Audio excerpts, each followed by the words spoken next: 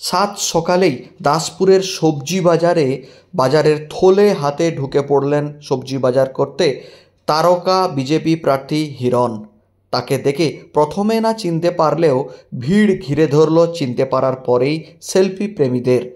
হুলস্থুল কাণ্ড বেঁধে গেল দাসপুরের নবীন মনোয়া সবজি হাটে। জানা গেল হিরণ সম্প্রতি দাসপুরের ওই এলাকাতে একটি বাড়ি ভাড়া নিয়ে থাকছেন।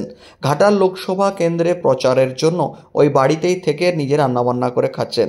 সঙ্গে থাকা যে কর্মী ছিলেন তিনি অসুস্থ হয়েছেন, তাই বৃহস্পতিবার সকালে নিজেই সংলগ্ন সবজি বাজারে ঢুকে পড়লেন একাকী বাজার করতে। সঙ্গে নিরাপত্তা কর্মী অবশ্যই ছিল, তবে তা কিছুটা দূরে। নিজে গিয়ে সবজি বাজারে যখন বাজার করতে শুরু করলেন তখন তাকে দেখে সবজি বিক্রেতা থেকে পাশাপাশি ক্রেতারাও মুহূর্তে তাকে দেখে ঘিরে ধরল সেলফি প্রেমীদের ভিড়।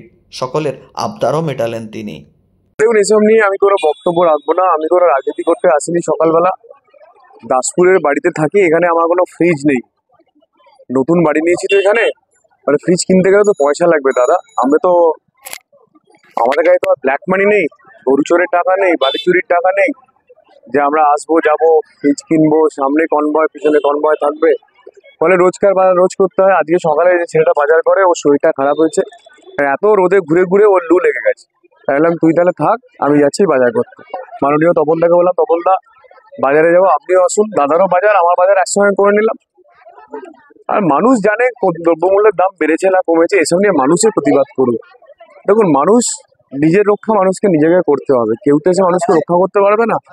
মানুষের দাম বেড়েছে, জিনিসপত্রের দাম বেড়েছে, তারা জানে যে পশ্চিমবঙ্গ সরকারের কি অবস্থা। বা রাজনীতির কথা সকাল সকাল না বলাটাই বেটার।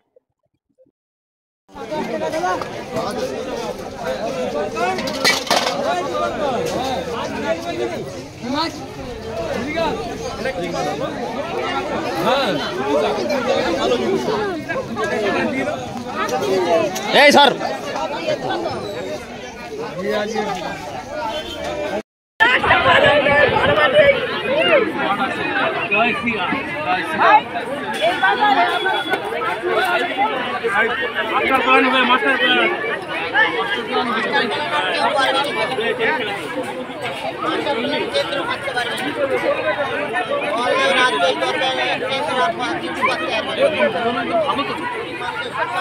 দাদু ঠিক আছে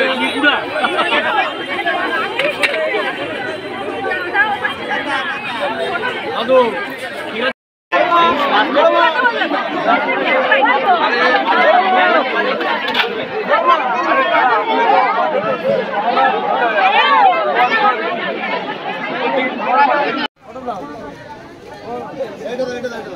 এই মাসি, এই ঠেকা দামটা কম করে নিবে, বেশি দাম নিবে বলে দিলাম। কত টাকা নিচ্ছ? কম করে নাও, কম করে নাও।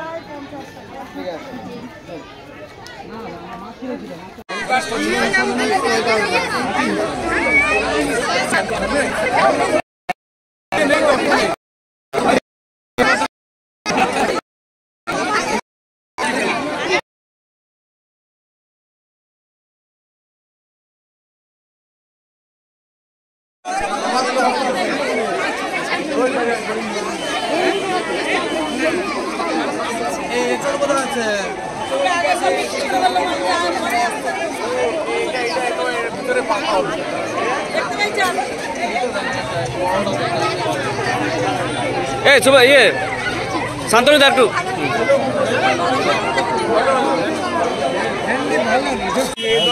ঘর ধোয়ার জন্য বাজার করতেছিলাম।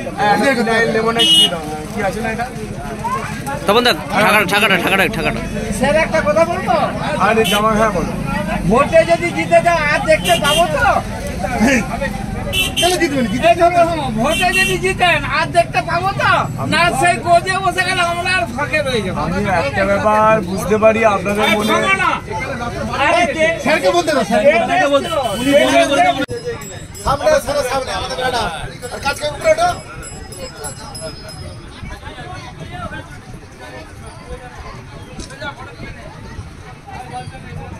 আশীর্বাদ 2 কিলো দিয়ে দিন।